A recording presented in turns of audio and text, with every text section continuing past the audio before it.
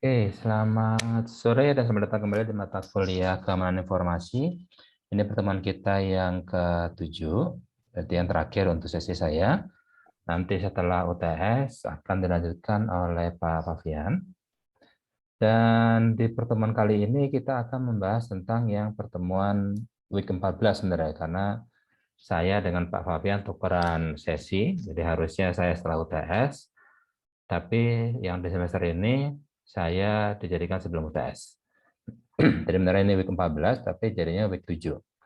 Nah, di week 7 ini kita bahas tentang future research.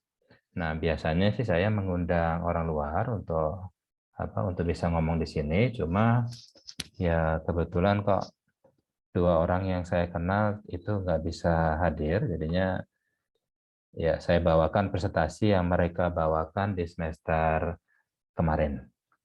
Nah, sebenarnya yang kita akan bahas di hari ini itu sebenarnya lanjutan dari pertemuan sebelumnya. Jadi kalau di week 12, 13, 11, 12, 13 ini kita mencoba menggunakan aplikasi Odoo untuk membangun roles dan responsibility. Tapi ternyata pada saat kita coba mempelajari aplikasi atau platform Odoo ini, pendekatan yang digunakan untuk role dan responsibility yang ada di Odoo itu berbeda dengan role dan responsibility yang dijelaskan di COBIT seperti di sini. Nah, sebenarnya kan kalau kita membahas tentang role dan responsibility itu sebenarnya adalah pembagian kewenangan. Jadi banyak yang bilang banyak yang bilang konsep ini adalah role atau roles of responsibility. Tapi ada juga beberapa orang yang bilang ini adalah SOD, segregation of duties atau pembagian kewenangan.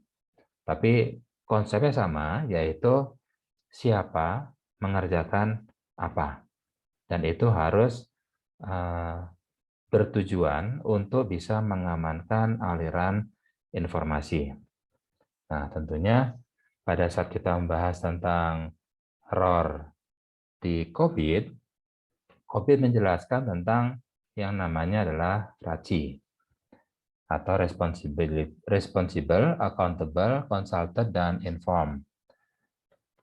Konsepnya adalah orang yang memulai suatu proses bisnis, jadi suatu urutan proses bisnis, orang yang memulai, dia juga yang seharusnya menutup proses bisnis tersebut. Jadi contohnya misalnya, saya sebagai seorang sales datang ke rumah pelanggan, rumah calon pelanggan.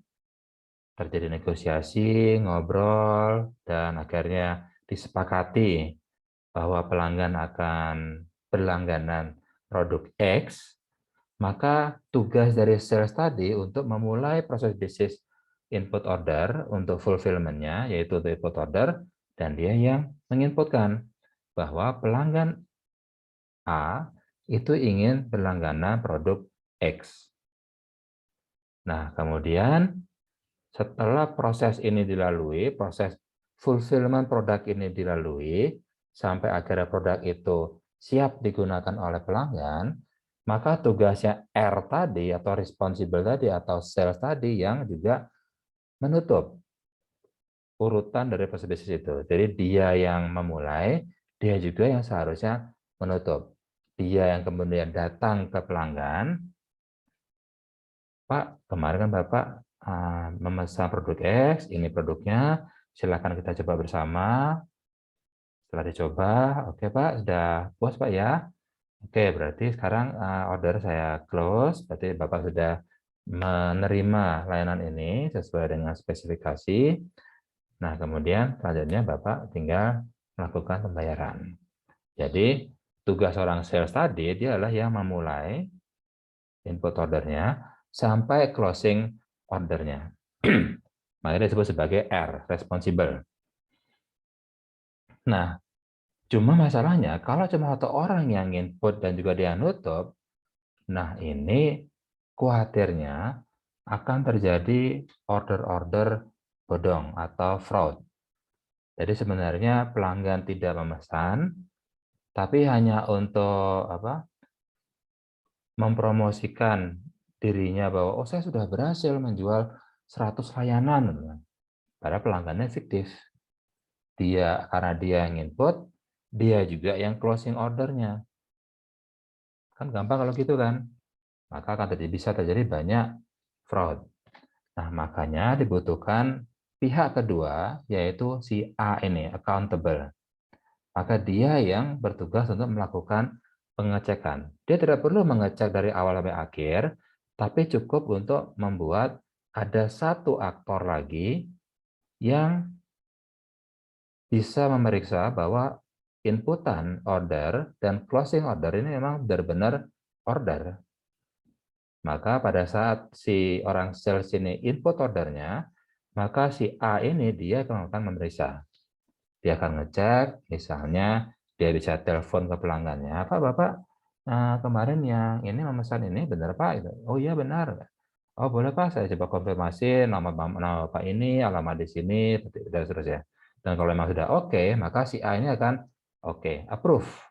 Maka input order itu akan dianggap sebagai valid, bukan lagi fraud. Nah itu peran dari si A atau accountable, karena dia nanti yang bertanggung jawab terhadap proses atau order tersebut. Oke, itu si A. Dan kemudian Kobe juga menjelaskan tentang adanya pihak C dan I. C itu berarti consulted. Kalau misalnya inputan order itu tidak sesuai dengan spesifikasi, maka si A ini bisa nanya ke siapa, gitu. Atau mungkin si R ini yang bisa nanya ke siapa. Nah, dia akan bertanya ke pihak C atau konsultan. Siapa yang bisa saya tanyakan untuk mendapatkan kepastian produk X plus ini bisa saya jual nggak? Jadi sebenarnya di katalog produknya cuma ada produk X, tapi pelanggan ditanya produk X plus, jadi tambahin macam-macam gitu. Nah, makanya si R atau si A itu bisa nanya ke si C, konsultan. Nah, kemudian pihak keempat adalah I, inform. Dia adalah pihak yang mendapatkan seluruh notifikasi, mulai dari ada order di input oleh si R, si A approve input ordernya, dan kemudian jika ada konsultasi ke si C dan si C akan memberikan arahan bahwa harus seperti ini. Nah, semua proses itu akan ada notifikasinya, dan notifikasi tersebut diberikan kepada si I. Nah, si I ini bisa juga adalah si R dan A sendiri. Jadi pada saat si R ini input order, kemudian si A approve, maka si I atau si R ini dia dapat informasi, dapat notifikasi bahwa oh order saya sudah di-approve oleh si A. Ya. Maka dia juga termasuk sebagai pihak yang inform, mendapatkan informasi. Itulah konsep RACI. Nah, ternyata di Odoo dia tidak menerapkan konsep RACI untuk ROR-nya, tapi dia menggunakan konsep yang namanya CRUD. Ini sudah dibuatkan rekamannya karena di pertemuan 12-13 ini kemarin kan saya tidak berhalangan sehingga tidak bisa mengajar. Kalau week 12 ini karena ada libur, week 13 ini karena kemarin ada acara, dan yang week 12 sudah saya upload ke YouTube, jadi silahkan dicek di YouTube. Tapi yang week 13 ini sudah direkam, tapi belum saya upload ke YouTube. Jadi mungkin habis kelas ini akan saya upload ke YouTube. Oke. Nah, di rekaman tadi itu menjelaskan bagaimana Odoo melakukan implementasi dari ROR itu. Jadi dia konsepnya adalah seperti ini. Jadi Odoo tidak menerapkan RACI, tapi dia menerapkan sesuatu konsep yang namanya CRUD. C-nya adalah create, R-nya adalah read, U-nya adalah update, dan D-nya adalah delete. Jadi nanti setiap user, misalnya user X, itu akan diberikan akses right kalau di Odoo. Apakah dia boleh create, misalnya terkait dengan employee, karena kita kemarin misalnya employee kan, apakah user X ini boleh membuat pegawai baru? Kalau tidak boleh, maka di sini dia adalah no, tidak boleh. Apakah user X ini boleh membaca daftar karyawan yang ada di employee? Oh, boleh, kalau cuma baca aja. Oke. Apakah user X ini boleh melakukan updating terhadap data yang sudah ada? Jadi misalnya ada seorang karyawan dan ternyata dia pindah rumah. Jadi alamatnya harus diubah, harus diganti. Nah, user X ini boleh enggak melakukan perubahan data tersebut? Oh, boleh. Oke, berarti updating dia boleh. Tapi kalau datanya sudah ada dan ingin dihapus, jadi seluruh informasi terkait dengan suatu pegawai itu ingin dihapus, boleh enggak? Misalnya pegawainya dia sudah yang punten ya, tapi misalnya sudah nggak ada, meninggal. Nah, berarti kalau dia tetap ada di database pegawai, tentunya nanti jadi bertambah terus kan, dan jadi menumpuk makin berat, makin besar, dan akhirnya database-nya semakin berat. Nah, akan lebih baik kalau informasi pegawai tersebut dipindahkan ke database lainnya, ke tabel lainnya misalnya. Misalnya untuk historical saja. Tapi nanti di database, di tabel pegawai aktif, dia akan dihapus. Nah, boleh nggak dia menghapus data pegawai tersebut? Kalau nggak boleh, ya berarti X. Berarti dia hanya boleh baca dan melakukan updating terkait atribut dari user atau dari pegawai yang sudah ada. Jadi misalnya,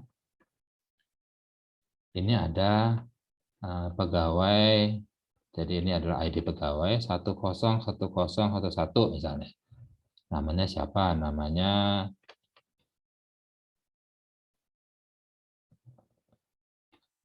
Bajul misalnya. Nah, kemudian ini ada alamatnya. Nah, ternyata dari pegawai yang sudah ada ini ingin di-update alamatnya. Nah, berarti dia boleh melakukan updating. Tapi kemudian saya cari-cari kok pegawai dengan nama apa? Bravo kok nggak ada ya? Boleh nggak saya bikin karyawan baru? Oh, nggak boleh. Karena dia nggak boleh create pegawai baru. Kemudian, Bajul ini sudah nggak ada, sudah nggak kerja lagi di perusahaan kita. Ingin saya hapus, boleh nggak? Oh, nggak boleh juga. Karena saya nggak boleh delete. Nah, ini disebut sebagai konsep dari CRUD, Create, Read, Update, Delete. Nah, ini sebenarnya juga adalah konsep ROR. Karena dia tetap membagi kewenangan dari user. User X, dia hanya boleh read dan update. User Y, dia hanya boleh dia nggak boleh update, tapi dia justru bolehnya adalah create misalnya. Bisa juga. Jadi ada Y, dia boleh read, dan dia juga boleh create, tapi nggak boleh update, nggak boleh delete. Dan user Z itu malah nggak boleh create, boleh read, nggak boleh update, tapi bolehnya delete. Bisa saja, tergantung dari kebutuhan proses bisnis yang berlaku di tempat tersebut.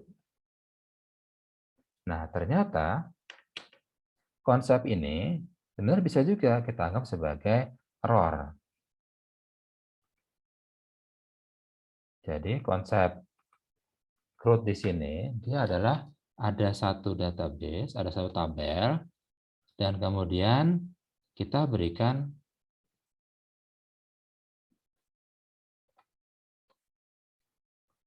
fungsi-fungsinya. Jadi inilah data, dan kemudian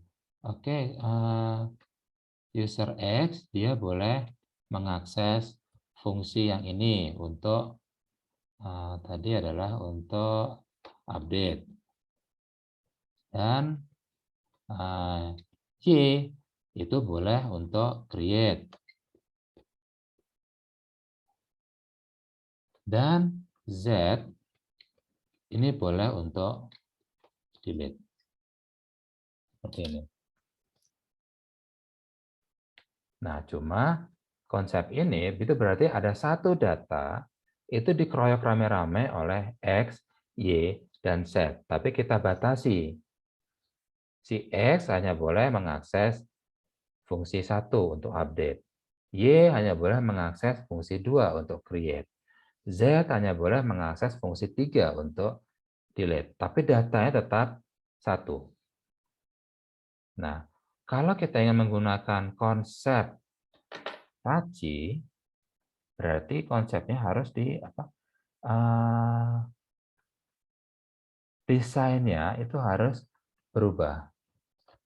Sehingga nanti di data ini, sekarang dia punya namanya status ketambahan. Jadi status itu maksudnya baru di-input, atau misalnya masih draft, atau sudah di-approve. Nah, berarti nanti si X di sini, dia akan bisa create.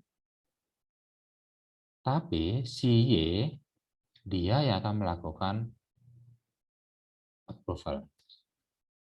Berarti si X ini dia sebagai responsible, si Y ini dia bekerja sebagai accountable. Berarti pada saat si X ini meng-create data baru, maka data baru tersebut, misalnya ada pegawai, ID-nya 1011, namanya Bajul, bla seluruh atribut, tapi nanti ada status. Dan status ini misalnya adalah draft atau D misalnya. Ya terserah apa desainernya sih, misalnya bisa pakai D sebagai status bahwa dia baru di-create tapi belum di-approve. Nah, begitu si Y ini approve, dia sebenarnya hanya mengubah statusnya dari D berubah misalnya menjadi A. Sehingga menjadi approve. Baru kalau dia statusnya approve, baru nanti proses bisnis berikutnya dia bisa untuk melakukan updating untuk fulfillment-nya misalnya seperti itu. Nah, ini adalah dua pendekatan untuk implementasi dari ROR. Ada yang menggunakan CRUD, ada juga yang menggunakan RACI. Tergantung dari kebutuhan. Oke. Nah, itu di Odoo. Nah, sekarang kita akan mencoba untuk membahas suatu platform lainnya, yaitu dari SAP. Nah, di SAP ini, dia konsepnya atau desainnya memang sudah menggunakan RACI. Jadi bukan lagi menggunakan CRUD. CRUD-nya tetap ada, tapi dia meningkatkannya menjadi konsep RACI. Dan dari proses RACI di sini, status ini bisa banyak. Bisa dia D, kemudian A, kemudian ada A2, misalnya ada proses 2 kali approval baru boleh ini. Kemudian setelah itu baru prosesnya statusnya menjadi execute atau yang lainnya. Itu tergantung desain dari kita. Nah, SAP dia mengakomodasi hal seperti ini. Nah, ini kita coba untuk bahas dari tentang SAP CRM. Dan ini presentasi juga sudah lumayan lama, sebenarnya dari 2014. Dulu kebetulan ada kenalan saya, namanya Mbak Indah Puspita. Dia dulu pernah terlibat di implementasi SAP CRM di PT Telkom. Itu tahun 2008 sampai 2011 implementasi dari SAP CRM ini. Nah, cuma Mbak Indah ini dia hanya terlibat selama 2 tahun, dan setelah terlibat dalam 2 tahun, dia akhirnya melalang buana ke berbagai negara, pernah ke Meksiko, Eropa, Afrika, untuk membantu implementasi SAP CRM. Oke. Nah, kita coba untuk mendiskusikan seperti apa sih konsep dari SAP untuk mengimplementasikan ROR tadi, Roles and Responsibility. Oke.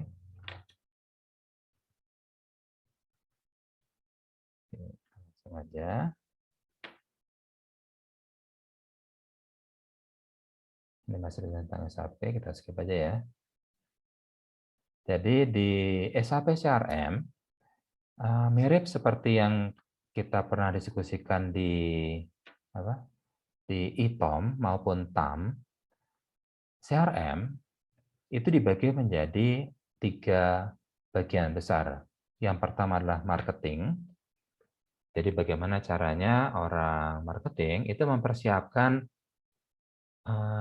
orang sales agar orang sales itu bisa bekerja dengan efektif. Makanya tahapan pertama dari CRM itu adalah marketing. Dia yang bertugas untuk melakukan competitive intelligence, jadi untuk mencari tahu kompetitor itu cara pendekatannya seperti apa. Apakah harganya dipermurah atau dia bisa menyasar konsumen-konsumen yang selama ini belum terrangkul oleh perusahaan kita. Nah, itu adalah tugas dari orang marketing untuk mempersiapkan planning atau marketing plan. Nah, sesuai dengan marketing plan tadi, baru orang sales akan bekerja. Jadi orang sales nggak sekedar ketok semua pintu di rumah-rumah dan coba jualan. Itu tidak efektif. Tapi tugas orang marketing untuk mencari informasi sebanyak-banyaknya untuk mengetahui, oh ternyata di kompleks ini itu sebagian sudah menggunakan produk kompetitor kita. Tapi ternyata hampir semua pelanggan produk kompetitor tadi merasa tidak puas karena kecepatannya sangat lambat. Misalnya mereka berlangganan internet broadband. Dan pelanggan tadi hampir semuanya nggak puas. Katanya ini kok lambat sekali. Nyambung sih nyambung, tapi lambat sekali. Berarti saya harus bikin marketing plan yang sesuai. Jadi saya akan gimana caranya merangkul pelanggan-pelanggan kompetitor tadi untuk bisa beralih ke perusahaan kita. Berarti yang kita berikan adalah layanan yang dengan kecepatan yang tinggi. Tetap stabil, tapi kecepatannya tinggi. Nah, berarti kita harus bikin nih produk. Karena produk kita selama ini adalah produk untuk yang stabil, tapi kecepatannya ya biasa-biasa aja gitu. Nah, berarti kita harus berani jualan yang kecepatannya tinggi. Kalau pelanggan-pelanggan di sana, mereka langganan adalah yang 5 Mbps, kita jual 20 Mbps, minimal 10 Mbps. Tapi dengan harga yang hanya sedikit di atas dari kompetitor. Nah, akhirnya orang sales mendapatkan arahan tadi, datang langsung ke perumahan tadi, dan dia sudah punya brosur-brosurnya. Pak, Bapak mau langganan ini enggak? Bapak kan lagi langganan si produk X ini. Itu Bapak cuma tinggal nambah 10.000, tapi kecepatannya jadi 2 kali lipat, Pak. Dijamin ini malah ya. Nah, itu akhirnya orang sales bisa bekerja dengan lebih efektif. Nah, baru setelah sales bergerak, akhirnya masuk ke fase service. Makanya di ITOM maupun TAM, dia CRM-nya itu sudah dibagi menjadi 3 tahapan. Ada marketing, ada sales, yang kalau di ITOM dan TAM itu disebut sebagai fulfillment. Service itu adalah pada saat dia sudah jadi deal dari kontrak. Jadi assurance-nya itu service. Nah, di bawah marketing itu ada beberapa produk kecil lainnya sesuai dengan konsep yang ada di SAP CRM, yaitu ada campaign management, ada loyalty management, ada lead management, ada segment builder, dan untuk sales-nya ada activity management. Jadi kita bikin activity customer visit misalnya seperti itu. Kemudian ada sales quotation, ada proposal penawaran, ada order management, ada kontrak. Jadi orang sales itu langsung on site di pelanggan, langsung bisa bikin kontraknya. Jadi, oke Pak, deal ya Pak. Ini kontraknya, Bapak langsung tanda tangan di sini, orang yang langsung tanda tangan, udah selesai. Dan juga ada opportunity management. Misalnya dari pelanggan tersebut, wah, iya Pak, saya pelanggan ini. Dan kemarin juga katanya Pak ini yang depan itu juga katanya perlu nih. Nah, itu jadi opportunity.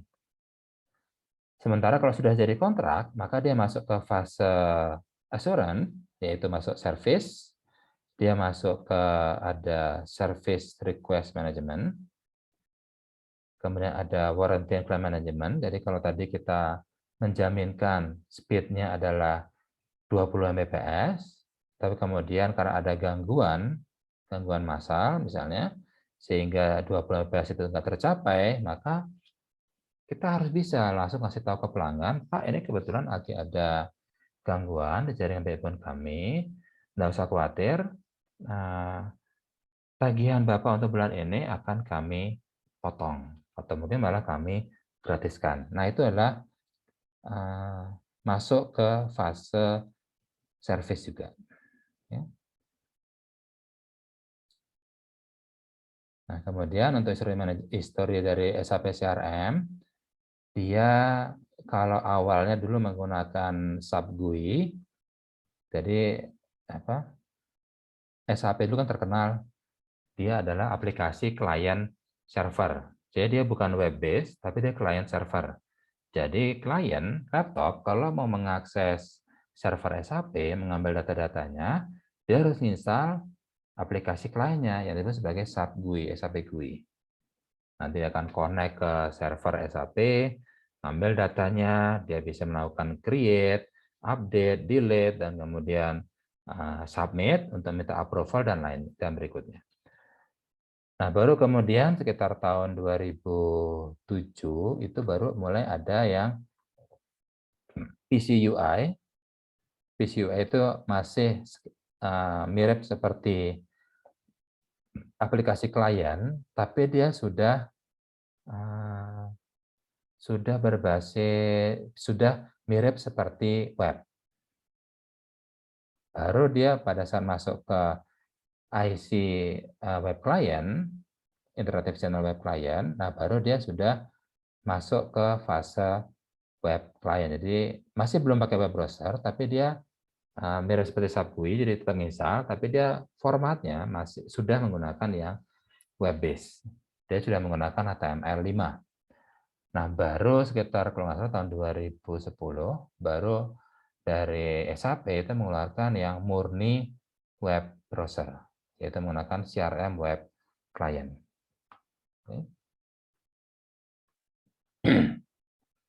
Nah, ini adalah release history dari SAP CRM. Jadi ada dari SAP CRM 3.0, 3.3, 4.0. Nah, Telkom waktu itu masih menggunakan yang SAP 6. Yang ini. SAP CRM 5, maaf. Baru kemudian di tengah perjalanan di-upgrade menjadi SAP CRM 2007. Cuma setelah itu keluar SAP CRM 7, Telkom ternyata memberhentikan penggunaan SAP CRM. Sehingga sekarang untuk kebutuhan CRM-nya itu menggunakan aplikasi buatan lokal. Oke. Itu untuk SAP CRM di history. Nah, sekarang kita coba langsung aja masuk ke bagian dari bagaimana caranya SAP menerapkan konsep ROR tadi atau SOD.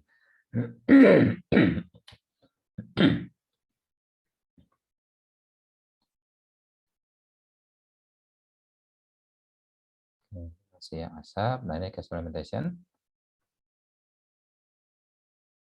Nah, urutannya ya mirip seperti yang kita kerjakan selama ini.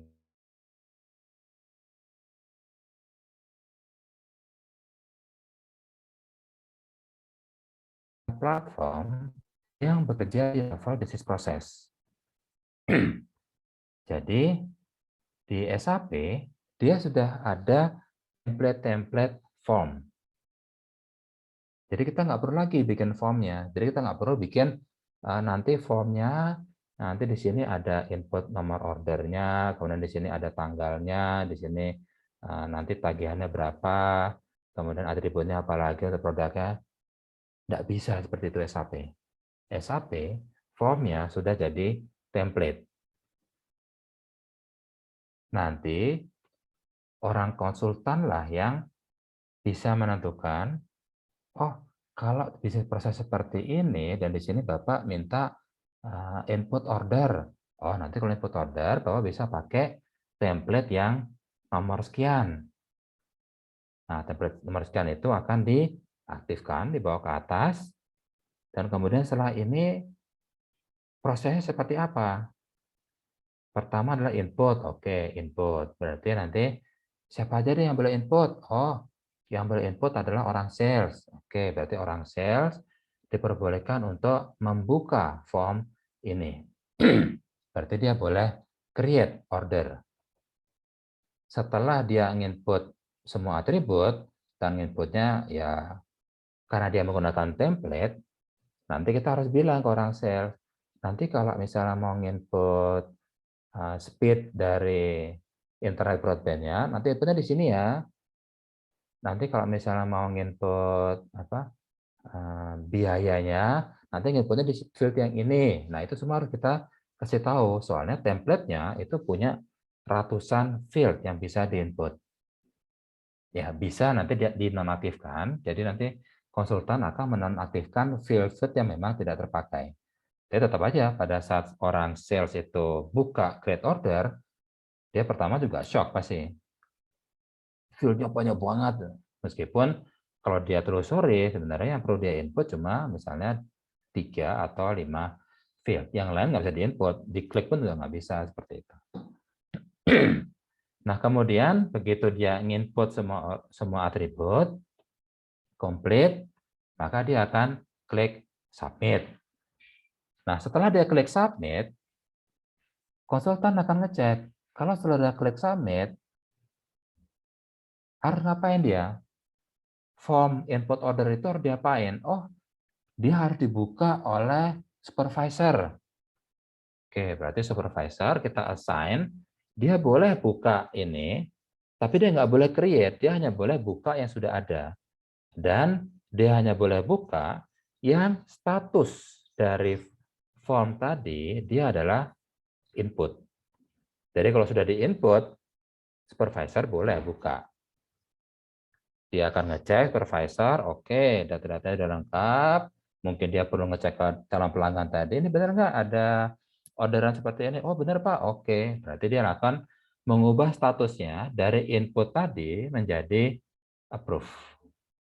Nah, begitu statusnya diubah menjadi approve, kemudian disubmit oleh supervisor tadi, maka supervisor sudah nggak bisa lagi ngubah. Karena menurut BISPRO berikutnya bukan supervisor yang bekerja, tapi justru orang backroom untuk melakukan fulfillment. Maka nanti orang backroom yang boleh buka order tadi. Oh, udah di-approve nih, udah masuk ke meja saya. Dia buka, oke, pelanggan namanya ini, alamat di sini, nanti nomor catuan sekian, minta internet broadband 10 Mbps, dan seterusnya. Maka dia akan melakukan aktivasi, dan kemudian dia akan mengubah statusnya yang tadinya approve menjadi fulfilled misalnya. Kemudian di submit. Nah, itulah yang dilakukan di SAP. Maka pertama dia konsultan akan membuat ininya bisnis prosesnya terlebih dahulu. Makanya kalau di SAP proses yang paling lama itu adalah proses penyusunan ini blueprinting. Ini bisa lama banget. Karena dia harus sedetail mungkin. Siapa yang boleh ini form tentang apa nih? Input order. Oke, berarti pakai template yang ini. Terus yang boleh create siapa? Terus setelah itu statusnya ada apa saja? Input, approve, fulfill, dan seterusnya. Nah, itu harus disepakati dulu. Soalnya kalau ternyata nanti di perjalanan mau diubah, wah itu rumit banget. Contoh misalnya, pernah beberapa kali kejadian di Telkom, order statusnya sudah approve, tapi ternyata ada update system yang tadinya proses bisnisnya hanya input, kemudian approve, kemudian jadi fulfill, ini ditambahin lagi. Jadi dari input, approve 1, jadi approve 2. Nah, begitu ini diupdate oleh konsultan, yang order-order tadi yang sudah statusnya di-approve, dia jadi gantung. Orang backroom, dia nggak bisa lagi buka, karena sudah dikunci kan tadi. Siapa yang boleh buka? Order yang statusnya adalah approve. Nah, ini ditambahin jadi approve 2. Udah. Orang backroom nggak bisa buka yang belakang ini. Nah, itu sering kejadian. Makanya, setiap kali mau mengupdate sistem di SAP, itu harus hati-hati banget. Jangan sampai nanti ada order, sudah setengah jalan, akhirnya jadi gantung, jadi sampah akhirnya. Nah, makanya di proses implementasi SAP, blueprinting ini paling lama banget. Bisa berbulan-bulan. Karena dia yang digunakan untuk menentukan proses bisnis seperti apa. Karena begitu proses bisnis berubah, ya sistemnya juga jadi harus diubah berarti kan. Nah, selain dari proses bisnis, dia juga harus dibuat sebuah tabel racinya. Siapa yang responsible, siapa yang accountable, siapa yang consulted, siapa yang inform, dan seterusnya. Nah, inilah konsep yang dibawa oleh SAP. Makanya sedikit berbeda dengan yang di Odoo. Kalau Odoo defaultnya menggunakan CRUD, bisa sih menggunakan Raci, tapi kita harus bangun lagi aplikasinya sendiri. Dan itu lumayan ribet. Tapi kalau di SAP, dia memang bawaannya sudah Raci. Karena dia dari form tersebut, dia sudah ada statusnya. Sementara kalau di Odoo, dia nggak ada status. Oke. Nah, itu konsep yang ditawarkan oleh oleh SAP. Jadi nanti ada satu field di sini, dia fungsinya adalah untuk status. Dan status tersebut, dia bisa di-assign. Dia boleh dibuka oleh siapa, dan boleh diubah oleh siapa. Jadi memang lumayan rumit di SAP itu. Oke. Nah, mungkin itu aja sedikit sharing terkait dengan SAP. Soalnya kalau yang lainnya ini malah promosiin tentang SAP, saya nggak mau promosiin. Nah, sejauh ini ada pertanyaan dulu untuk yang SAP. Jadi itu bedanya antara yang Odoo dengan yang SAP. Kalau Odoo dia konsepnya menggunakan CRUD, kalau yang SAP dia konsepnya menggunakan ini. Dia konsepnya menggunakan Raci. Meskipun di dalamnya pun juga ada CRUD-nya. Baik, kalau nggak ada pertanyaan, saya coba untuk sedikit jelaskan terkait dengan tugas. Karena di perkuliahan ini kan ada satu tugas dan satu UTS. Nanti dari Pak Fabian juga akan memberikan satu tugas dan satu UAS. Nanti itu tugas akan saya share di sini. Ini masih yang lama, karena kuliah tanggalnya masih Januari 2022. Nanti saya update seperti apa tugasnya. Dan nanti untuk UTS sendiri itu kan saya juga bagi di sini. Ya. Nah, belum ada, nanti saya tambahkan satu lagi untuk UTS. Tapi konsepnya sama-sama, jadi membahas apa yang sudah teman-teman lakukan dari tugas pertama sampai tugas yang terakhir. Jadi tugas pertama kan teman-teman diminta untuk mempelajari TAM, kemudian mencoba untuk mengeksplorasi salah satu aplikasi di dalam TAM, yaitu kalau di sini adalah Customer Information Management, kemudian membahas tentang ITOM, bahas tentang ROR, dan kemudian memetakan aplikasi Odoo ke dalam TAM. Nah, nanti konsep juga sama persis seperti itu. Jadi makanya tugas-tugas yang selama ini teman-teman kerjakan itu sebenarnya buat latihan pada saat teman-teman ingin mengerjakan UTS nanti. Oke, baik. Paling itu saja dari saya. Kalau misalnya nanti ada pertanyaan, silakan nanti ditanyakan ke WhatsApp Group, dan nanti akan dengan senang hati akan kita diskusikan di WhatsApp Group.